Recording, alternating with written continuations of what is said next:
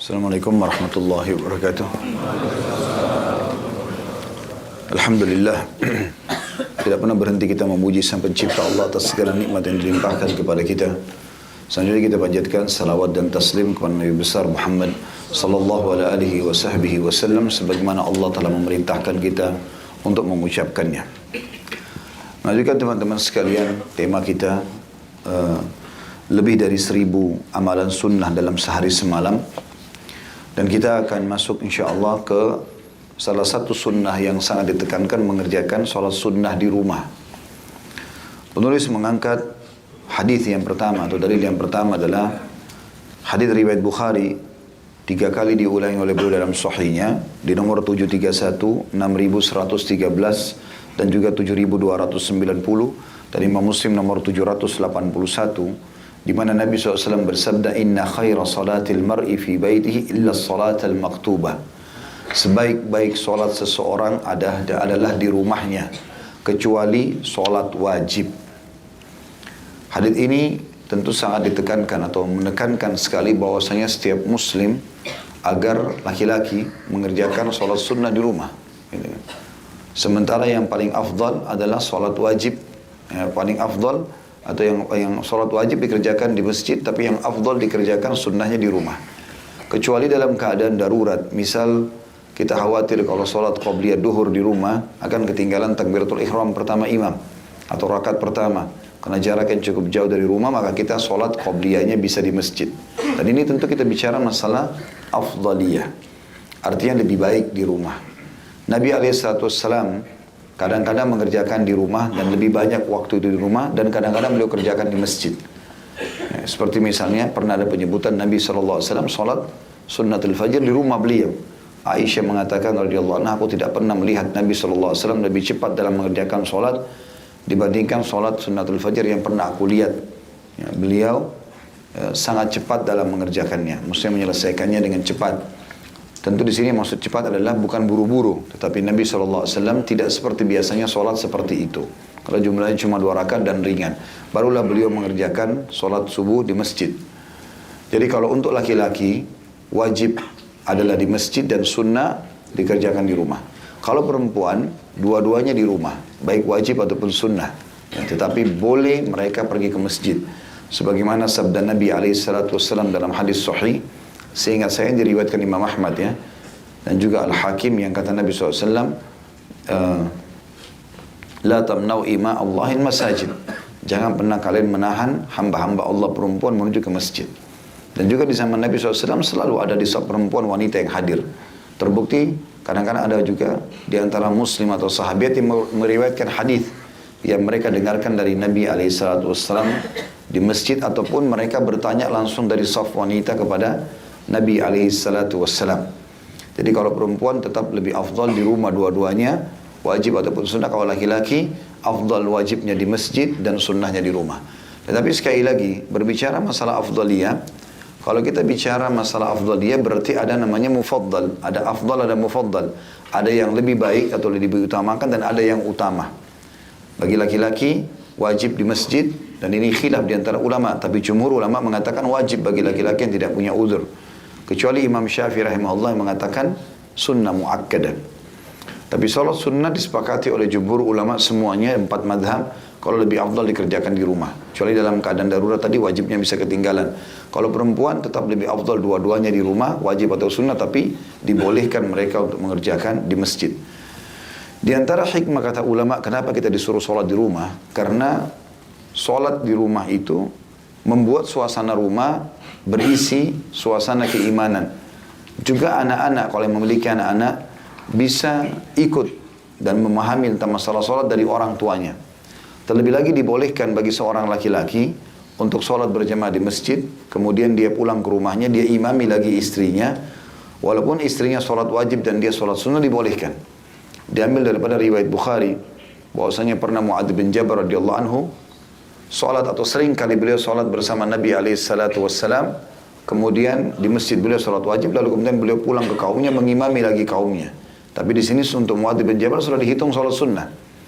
Kita sholat wajib di masjid, kemudian si laki-laki kemudian pulang ke rumah mengimami istrinya sholat wajib, tapi dia sudah sunnah hukumnya. Ya. Begitu juga dengan hadis yang pernah disebutkan Nabi SAW pernah mengatakan kepada beberapa sahabat di masjid, siapa yang mau bersedekah buat saudaranya ini, karena ada sahabat yang datang tidak dapat berjamaah, ya, dia kehilangan jamaah, orang sudah berzikir setelah sholat. Maka Abu Bakar mengatakan, aku ya Rasulullah. Maka Nabi SAW pun mengizinkan masalah. Jadi hikmahnya adalah agar menghidupkan suasana keimanan dalam rumah.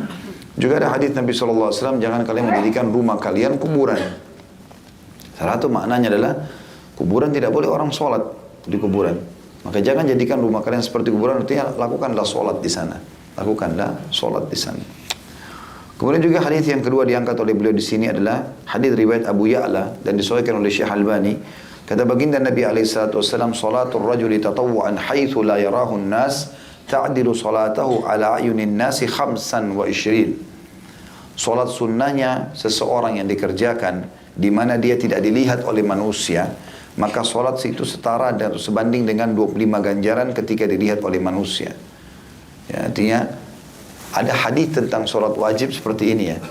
Salat berjamaah di masjid dibandingkan salat sendiri, perbandingannya 25 kali lipat atau riwayat lain 27 derajat. Ya. Jadi beda, 25 kali lipat dengan 27 derajat berbeda. 25 kali lipat berarti lipat gandakan 25 kali lipat. Kalau derajat berarti derajat di surga. Sebagaimana Ibnu Abbas radhiyallahu anhu mengatakan satu derajat di surga dibandingkan dengan derajat yang lain adalah 12 sama dengan 12 tahun atau 12 ya. Ya, antara langit dan bumi atau sama dengan subhanallah saya lupa. Riwayat Ibnu Abbas itu sama dengan 12.000 atau ya, sekian tahun ya. Maaf, perbandingannya 500 tahun ya. 500 tahun. Perbandingan antara sholat berjamaah dengan sholat sendiri 500 tahun. Tapi ini sholat wajib. Kalau sholat sunnah punya keutamaan mirip dengan ini. Jadi perbandingannya Bapak Ibu kalau sholat sendiri di rumah, sholat sunnah, nggak ada orang lihat, itu lebih afdal daripada di masjid tapi orang lihat. Perbandingannya 25 kali lipat juga.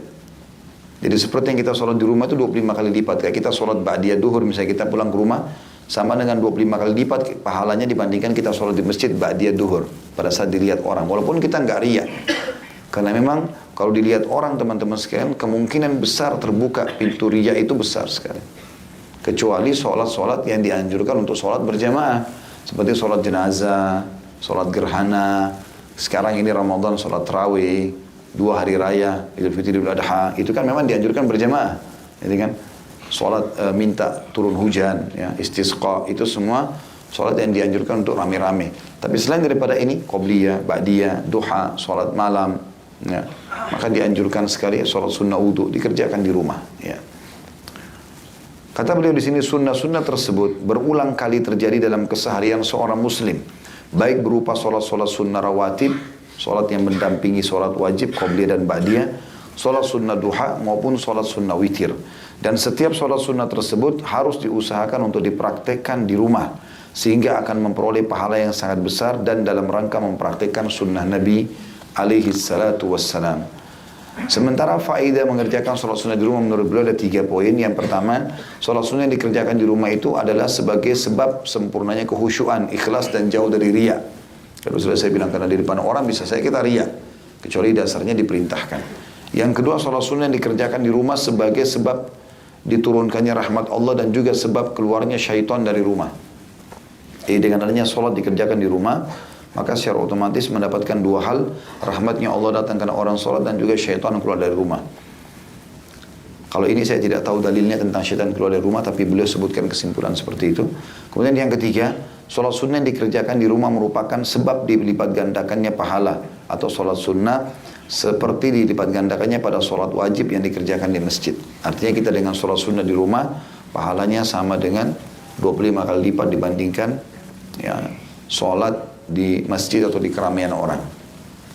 Kita pindah setelahnya, sunnah setelah selesai dari majlis kayak kita sekarang, majlis ilmu begini, ataupun majlis-majlis yang lain.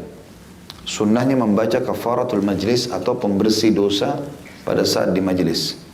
Yaitu dalam hadis Tirmidzi nomor 3433 dan Nasai 403 dan juga Ahmad jilid 4 halaman 77.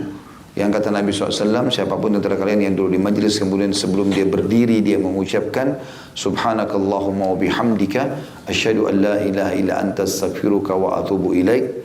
Maha suci engkau ya Allah, Aku memujimu dan aku bersaksi bahwasanya tidak ada ilah yang berhak diibadahi kecuali Engkau. Aku minta ampun dan aku bertaubat kepadamu. Kecuali akan dibersihkan dosa-dosanya dalam majlis itu.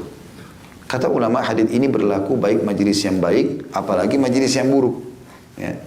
Kalau majlis baik, ya majlis ilmu pun disunnahkan baca ini. Karena mungkin ada orang salah ucap, ada salah riwayat, ada salah ayat. Mungkin ada juga orang dalam majlis niatnya tidak benar, ya, menggibah orang lain atau menggunjing atau apa saja. Maka ini semua bisa dibersihkan dengan kafaratul majlis. Ya.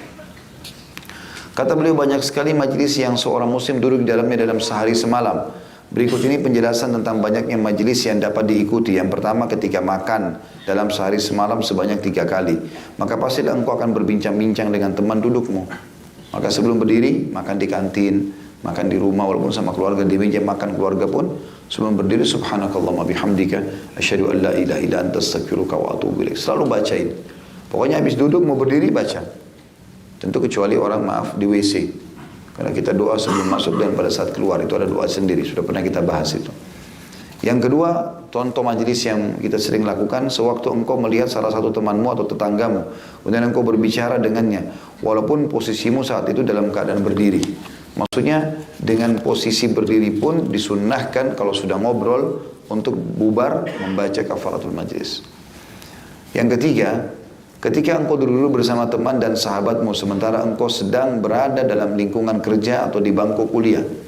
Ya, mungkin kita duduk bersebelahan sama teman di kantor, teman-teman di sini lebih tahu. Mungkin ada petak-petakan tempat kerja, tapi kadang-kadang kita ngobrol, kadang-kadang kita buat sesuatu. Bahkan sebagian ulama mengatakan walaupun kita duduk sendiri, kalau kita habis telepon orang, kita habis mengetik sesuatu, mungkin ada yang salah. Kita sempat lihat yang haram, dengar yang haram, maka ini semua kafaratul majlis bisa membersihkan itu. Yang keempat, pada saat engkau duduk bersama istri dan anak-anakmu, pasti engkau saling berbincang-bincang bersama mereka. Yang kelima, ketika engkau sedang berada di kendaraan dalam perjalanan bersama istri atau temanmu, dari mobil ngobrol. Intinya kalau ngobrol berdua sama orang, ya, baik via telepon ataupun kita tadi saya bilang sendiri pun dengan menulis, itu juga masuk dalam pembersihan kafarat. Jadi bagus sekali, karena dia akan membersihkan semua kesalahan kita pada saat itu. Yang keenam, ketika engkau sedang menghadiri ceramah atau perkuliahan. Ya, seperti kafaratul majlis yang kita baca pada saat pembubaran nanti insyaAllah. Maka lihatlah wahai saudaraku, semoga Allah SWT senantiasa menjagamu. Berapa banyakkah yang sudah engkau ucapkan tentang zikir tersebut dalam sehari semalam, yang senantiasa menjadi bukti adanya hubungan yang baik antara hamba dengan Allah. Berapa kali engkau memuji Rabb, mensucikannya dari apa-apa yang tidak pantas disandang oleh dia, dan mengagungkan asma atau nama-nama Allah. Saat engkau mengucapkan subhanakallahumma wa bihamdik, maha suci engkau ya Allah dan segala puji bagimu. Berapa kalikah engkau sudah memperbaharui taubat dan istighfarmu kepada Allah dalam sehari semalam dari apa-apa yang engkau alami dalam suatu majlis. Ketika engkau mengucapkan zikir, astagfirullah wa atubu ilaih. Aku memohon ampun kepada Allah dan aku bertaubat kepadanya. Berapa kalikah engkau mengakui atau meyakini Allah dengan mengesahkannya, baik dengan rububiyahnya, maksudnya mengakui Allah sebagai Tuhan. Karena kita bilang subhanakallahumma wa bihamdik, ya. Asyhadu an la ilaha illa anta, ini mengakui tentang rububiyahnya Allah, Allah sebagai Tuhan dan pencipta. Uluhiyahnya, tentang ketundukan kita dan ibadah kepada Allah, dan juga asma dan sifatnya, nama-nama dan sifat-sifat Allah. Ketika engkau mengucapkan asyhadu an la ilaha illallah, aku bersaksi bahwa tidak ada ilah yang berhak disembah atau diibadahi kecuali Allah, maka di sepanjang harimu engkau akan senantiasa mentauhidkan Allah, mensucikannya, beristighfar dan bertobat kepadanya dari apa-apa yang telah engkau perbuat selama ini. Teman-teman, kita jangan anggap remeh dosa ini, karena dosa ini efeknya besar sekali, walaupun kadang-kadang kita anggap remeh. Ibnu Qayyim rahimahullah punya sebuah buku yang menarik, judulnya Ad-Da' wad-Dawa. Saya sarankan teman-teman beli itu. Dan kalau yang ada waktu lowongnya di hari Jumat, saya lupa Jumat 1 sama Jumat 3 kalau tidak salah, di Tebet Mas, di Tebet itu di rumah makan Boberek, kita ada bahasan membedah buku itu. Jam 10 sampai setengah 12 di waktu Jumat, tapi cuma pekan pertama sama pekan ketiga. Jadi Jumat pertama sama ketiga.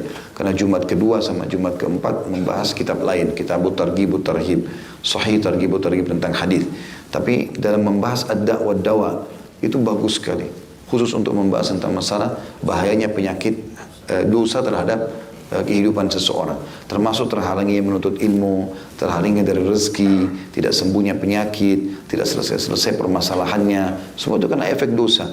Rasa sempit di dada walaupun kita berada di tempat yang lapang, tempat yang mewah pun dingin kita merasa gelisah. Ranjang yang bagus, semua gelisah semua itu karena dosa. Tidak ada yang lain. Dan pada saat dosa itu terangkat, maka otomatis hidup kita akan tenang. Sampai Ibnu Qayyim mengatakan rahimahullah, tidakkah kau tahu bahwasanya Nabi Ayyub alaihissalam diuji oleh Allah dengan penyakit 20 tahun hanya karena ada seorang masyarakatnya yang sempat minta tolong pada beliau untuk ditolong dari orang yang zalim, lalu beliau menundahnya atau beliau menolaknya. Maka Allah pun menghukum seperti itu. Seorang salafus salih mengatakan, aku ditimpa musibah dan aku yakin itu karena perbuatan dosaku 40 tahun yang lalu. Dan sebagian mereka bahkan mengatakan, aku mengetahui aku punya dosa pada saat aku melihat perubahan sikap dari pasangan hidupku. Ada perubahan sikap juga pada tungganganku. Maksudnya kawan zaman dulu karena pakai kuda atau unta. Sekarang kita mau naik mobil, naik motor, mau starter tiba-tiba mati, ya, dan tidak bisa. Kemudian juga ada tikus di rumahku. Bahkan sebagian mereka di antara mereka bahkan teman-teman kalau jalan ke pentok kakinya atau kesentuh dengan batu sakit, dia mengatakan inna lillahi wa inna ilaihi raji'un. Mau keluar rumah hujan, inna lillahi wa inna ilaihi raji'un. Beristighfar kepada Allah, astagfirullah wa atubu ilaih. Ada dosa apa ini? Dan ciri para nabi seperti itu. Makanya Nabi Daud alaihissalam dikatakan dalam Al-Quran, pada saat Allah SWT uji dia, ingin uji keimanannya, dilemparlah bangkai di depan Nabi Daud alaihissalam. Begitu dia lihat, kaget. Langsung dia rukuk kepada Allah, tidak angkat sampai Jibril datang.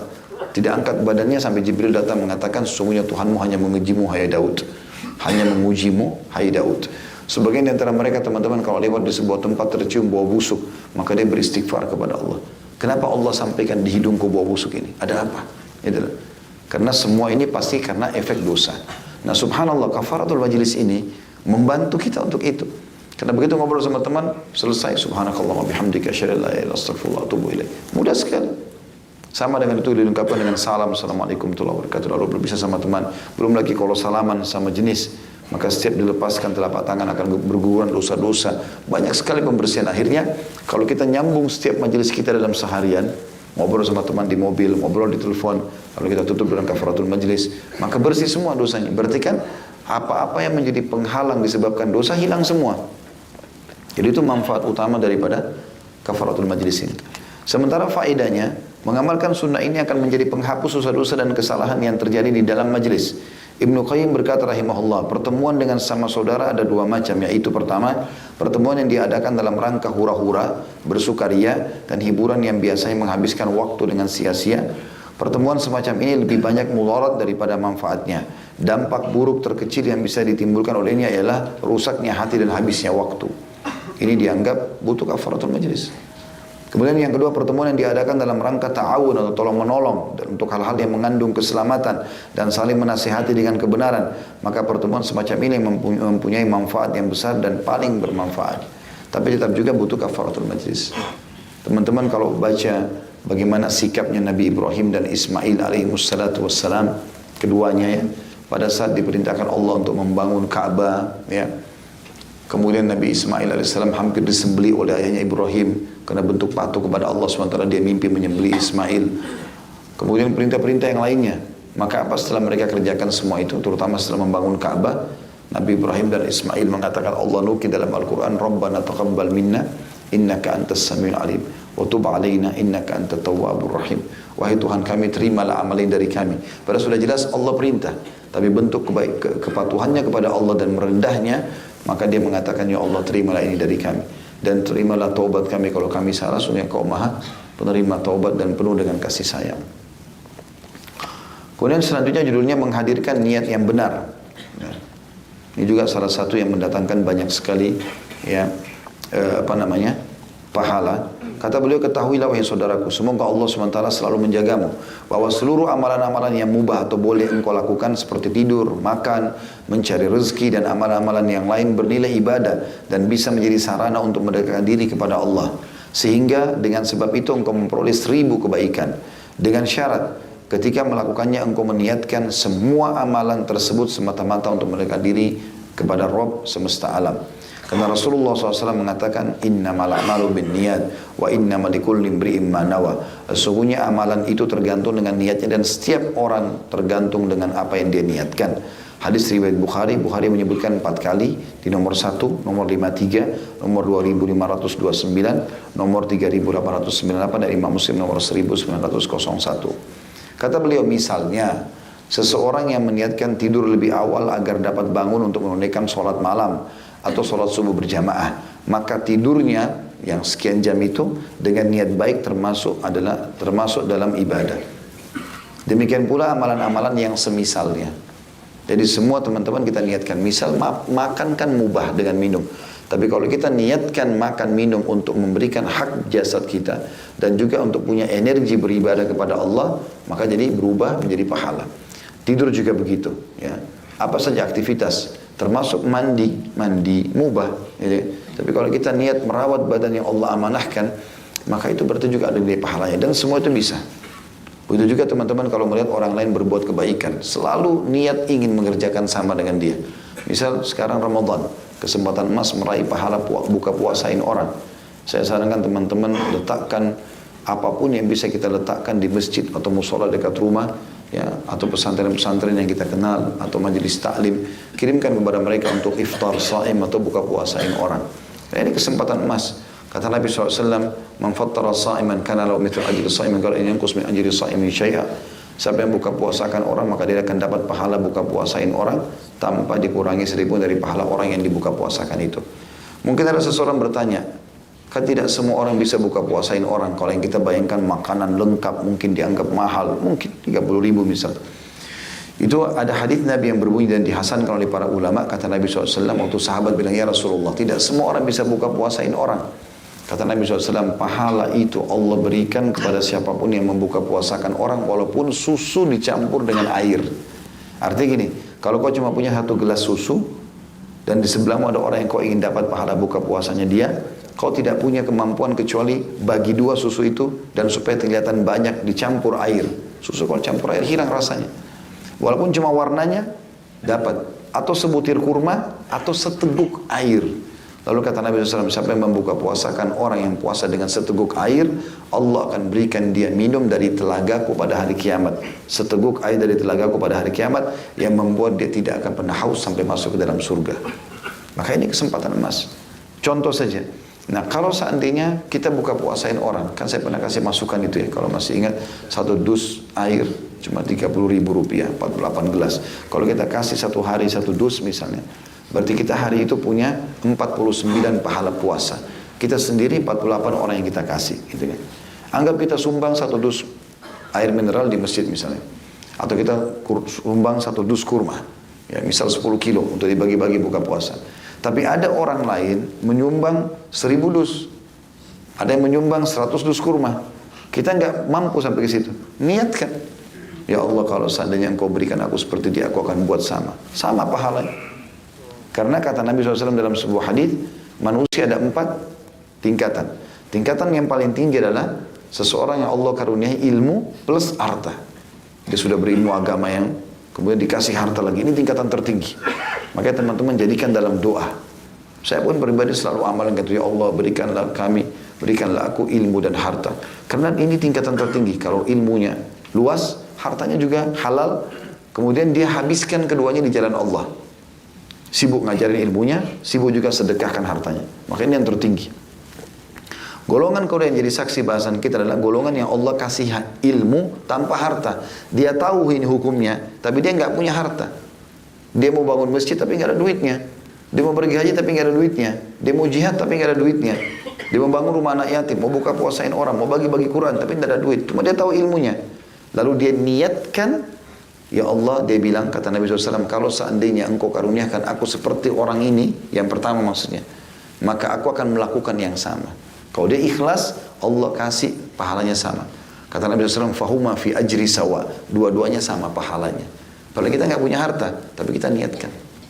Sekarang Ramadan, orang umroh pahalanya sama dengan haji. Kata Nabi SAW, umratu fi Ramadan ta'dilu hajjatan ma'i. Umrah Ramadan sama dengan haji bersamaku. Tapi kita nggak ada kemampuan.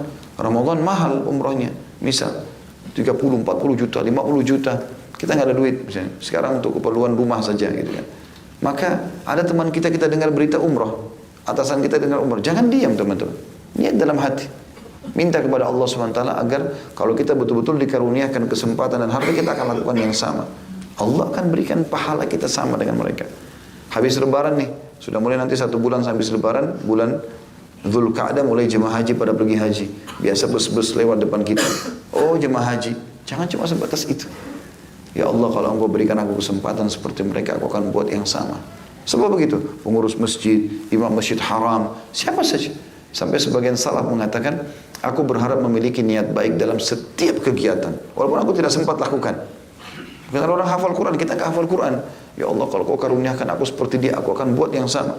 Siapa tahu Allah kasih kita kan. Karena memang begitu hadisnya. Kemudian yang ketiga yang buruk ini, dikasih harta tapi tidak punya ilmu. Maka dia habiskan hartanya pada kemaksiatan. Foya-foya ke diskotik, ke bar, mabuk-mabuk pakai hartanya. Datang golongan keempat yang paling buruk adalah dia ada ilmunya, tidak ada hartanya. Udah miskin, bodoh lagi. Gitu kan.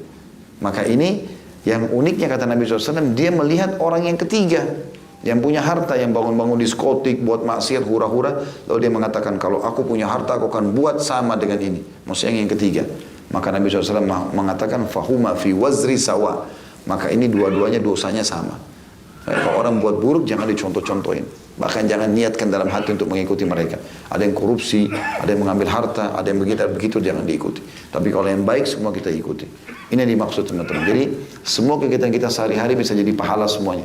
Mandi, makan, minum, berpakaian semuanya bisa jadi pahala asal kita niatkan. Makan, minum karena ingin menguatkan tubuh dan merawat tubuh dan agar bisa lebih kuat ibadah. Pakai pakaian untuk memperindah tubuh karena Allah SWT mengatakan dalam Al-Quran, A'udzubillahi minasyaitonir rajim. Ya bani Adam khudhu zinatakum inda kulli masjid. Al-ayat. Hai anak Adam, ambillah semua pakaian terbaikmu pada saat kau ke masjid. Sunnah kita pakai pakaian bersih, bagus, rapi. Nabi SAW mengatakan kepada seorang sahabat yang berantakan bajunya, berantakan rambutnya. Nabi tanya, kau punya harta enggak? Ada ya Rasulullah. Apa hartamu? Unta, kambing, sapi, banyak harta. Disebut semua hartanya. Kata Nabi SAW, kalau gitu mana kau dari nikmatnya Allah? Allah suka melihat bekas nikmatnya pada hambanya. Pakai baju yang layak, sisir rambutmu yang rapi, pakai tunggangan yang bagus gitu. Kata Nabi SAW, puncak nikmat Allah pada seorang mukmin justru di rumah yang luas, tetangga yang baik, dan tunggangan yang layak. Jadi boleh kita nikmati. Pakai mobil karena ingin menikmati nikmatnya Allah. Pakai punya rumah, beli yang besar, perbaikin karena ingin menikmati nikmatnya Allah. Itu saja niatnya sudah jadi pahala. Daripada cuma sekedar renovasi rumah. Daripada cuma sekedar ganti mobil misalnya. Jadi niatkan karena ingin menikmati nikmat Allah asal tidak ada tabdzir dan bukan haram, maka akan diterima oleh Allah Subhanahu wa taala. Judul selanjutnya teman-teman, memanfaatkan waktu untuk banyak beribadah. Kata beliau, kemampuan memanfaatkan satu waktu untuk bisa mengerjakan banyak ibadah hanyalah diketahui oleh orang-orang yang senantiasa menjaga waktunya. Berikut beberapa contoh penerapan nyatanya dalam kehidupan sehari-hari. Yang pertama, jika seorang muslim pergi menuju masjid dengan berjalan kaki atau berkendaraan, maka kepergiannya tersebut ibadah yang akan mendapatkan ganjaran. Namun hal tersebut masih memungkinkan baginya untuk lebih memanfaatkan waktu ketika berjalan ke masjid, yakni dengan banyak berzikir kepada Allah atau membaca Al-Quran. Maka dengan hal itu berarti ia telah bisa memanfaatkan satu waktu untuk mengerjakan banyak ibadah. Artinya, lagi menuju ke masjid daripada kita diam, kita kan mau ke ibadah, sudah ada masalah sebenarnya. Langkah kita sudah dicatat pahala. Kata Nabi SAW, setiap orang ke masjid, satu langkah dicatat pahala, satu langkah mengampuni, atau satu langkah mengampuni dosa, satu langkah mengangkat derajat di surga. Oke lah, siapa yang ke masjid dia akan dapat satu istana di surga, pada saat dia pulang satu istana di surga. Kita sudah dapat, berjamaah juga dapat pahala. Tapi kenapa kita tidak libatkan ibadah lain yang bisa kita libatkan di situ? Beliau kasih contoh di sini. Lagi ke masjid, kenapa tidak zikir? Kenapa enggak baca subhanallah? Kenapa enggak baca astagfirullah? Kenapa enggak baca la haula wala quwata illa billah? Sambil ngisi waktu, gitu kan? Makanya Hasan Basri rahimahullah pernah ngantar jenazah. Lalu beliau berzikir subhanallah alhamdulillah la ilaha illallah Allahu akbar. Lagi antar jenazah, bukan dihubungkan sama jenazahnya, tidak. Tapi ada anak muda tanya di sebelahnya, "Wahai imam, kenapa Anda berzikir?" Kata Hasan Basri, "Diamlah dan berzikirlah. Karena yang sedang kita antar sudah enggak bisa berzikir. Ini yang mati sekarang, kita tidak bisa berzikir. Kalau dia bisa berzikir, dia akan berzikir. Kalau sekarang masih hidup, berzikirlah." Jadi maksudnya memaksimalkan keadaan itu. Lagi di mobil, lagi di motor, teman macet. Daripada keluh kesah, macet nih. Tetap aja sama macet. Biar kita keluh kesah, gitu kan. Lebih baik kita berzikir kepada Allah SWT. Lagi mampir lampu merah, zikrullah, astagfirullah, astagfirullah, astagfirullah. Daripada lihat helmnya orang warna apa, merek mobilnya apa, merek mobilnya apa, bajunya orang segala macam. Syaitan bisa tunggangi. Penglihatan kita bisa syaitan tunggangi untuk buat dosa. Mungkin 1 menit lampu merah itu cuma 2 keadaan. Antum dapat pahala, antum dapat dosa. Dapat pahala kalau kita pakai berzikir, dengarin ceramah di mobil, dengarin headset di handphone kalau misalnya di motor misalnya. Daripada kita ngelihat orang mungkin kita tidak sengaja menggunjing atau menghina orang atau apa saja, kan bisa jadi dosa.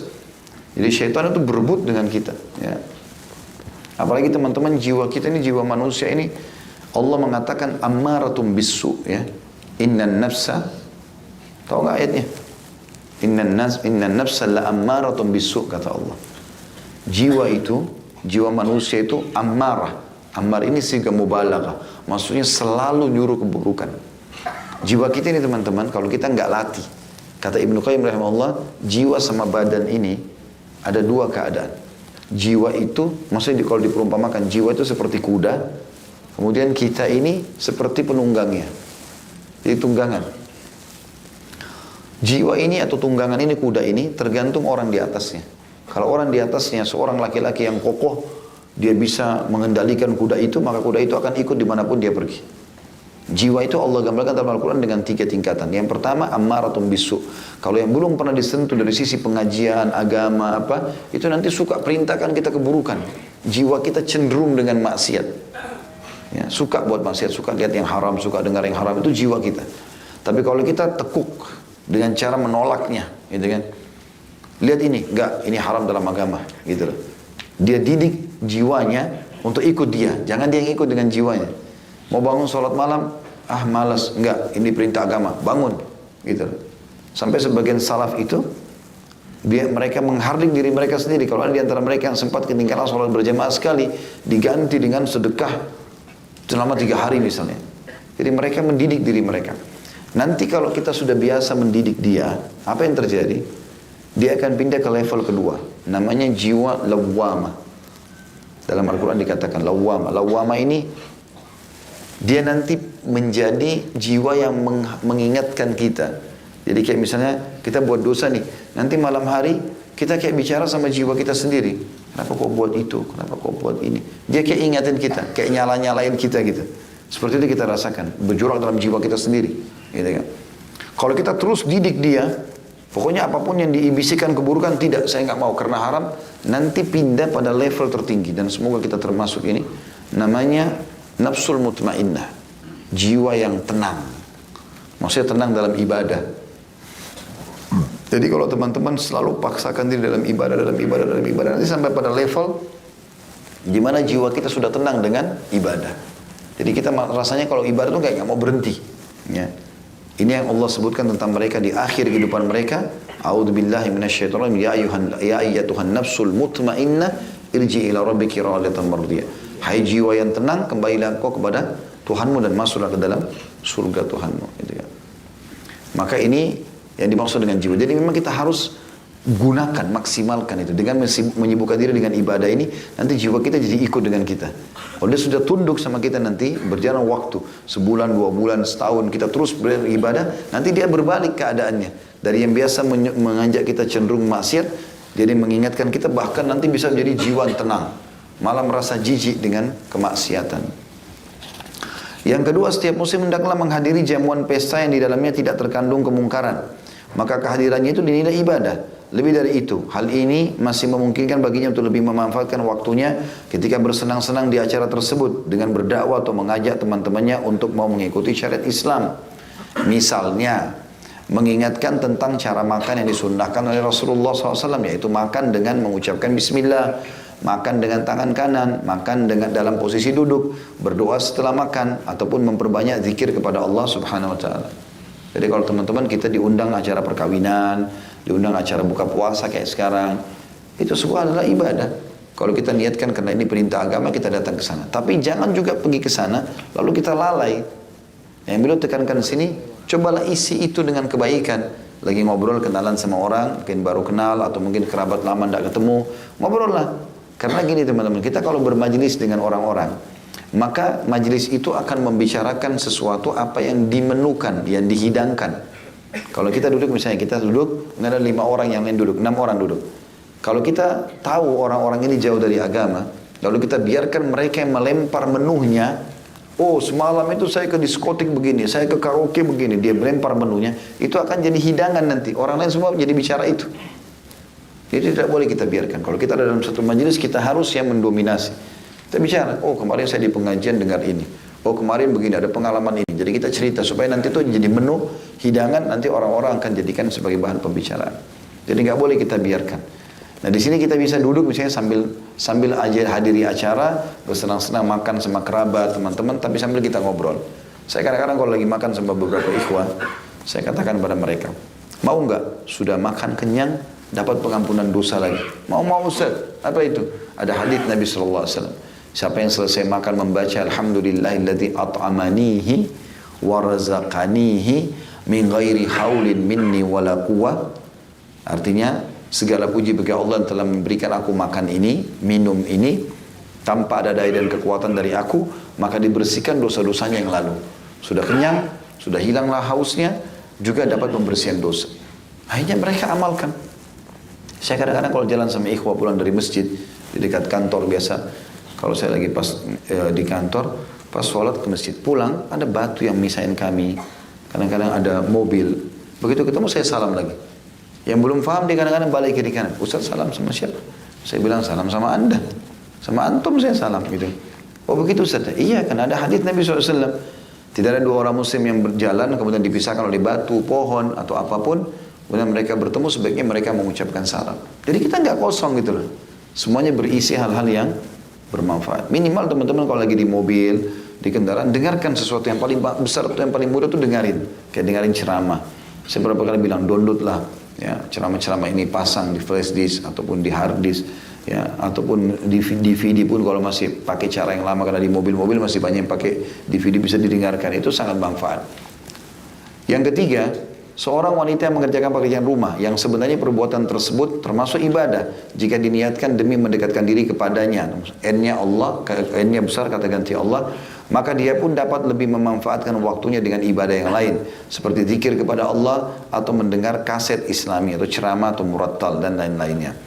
Diriwayatkan dari Ibnu Umar radhiyallahu ia berkata, "In kunna la na'uddu li Rasulillah SAW fi majlisin wahid mi'ata marrah, Rabbighfirli wa tub alayya innaka antat tawwabur rahim." Maksudnya kami benar-benar menghitung zikir Rasulullah SAW dalam satu kali majlis pertemuan, bahwa beliau sering kali mengucapkan 100 kali istighfar dalam majlisnya sambil mengatakan, "Ya Rabbku, ampunilah aku dan terimalah taubatku. Sesungguhnya Engkau lah Maha penerima taubat." Hadis riwayat Abu Daud nomor 1516 dan Tirmidzi 3434. Tirmidzi mengatakan hadis ini sahih. Jadi kayak misalnya kita lagi dulu sama teman-teman, habis ngobrol, astagfirullah wa atubu ilaih. Subhanallah, alhamdulillah, wa la ilaha illallah, Allahu akbar. Walaupun kita tadinya ya ngobrol biasa, tapi dia kayak selipin sesuatu. Kalau lagi tidak ada pembicaraan, sampai dikatakan Syekh bin Baz rahimahullah, salah satu ulama di Saudi yang juga kami jadikan sebagai rujukan. Beliau itu dikatakan oleh murid-muridnya kalau lagi terima teleponnya orang yang lagi bertanya, beliau sambil nunggu atau sambil dengar keluhan orang sambil berzikir. Jadi dengarin orang ini, orang lagi keluh kesah, subhanallah, alhamdulillah, zikir. Sampai orang itu selesai, maka dijawab sama dia. Jadi nggak ada waktu kosong. Semua diisi dengan yang bermanfaat. Walaupun diam itu baik, tapi diam di sini kalau dalam meninggalkan kemaksiatan. Tapi kalau tidak, kita berzikir kepada Allah SWT. Yang paling bagus zikir. Karena kata Nabi SAW, maukah aku tunjukkan kalian amal yang lebih baik daripada kalian bersedekah kepada fakir miskin. Kalian bebasin budak. Bahkan lebih baik daripada kalian menebas leher musuh kalian dan leher kalian ditebas oleh musuh kalian. Maksudnya kalian pergi medan perang, bunuh musuh, atau kalian dibunuh mati syahid. Kata para sahabat, tentu ya Rasulullah. Kata Nabi SAW, lisanmu selalu berzikir kepada Allah.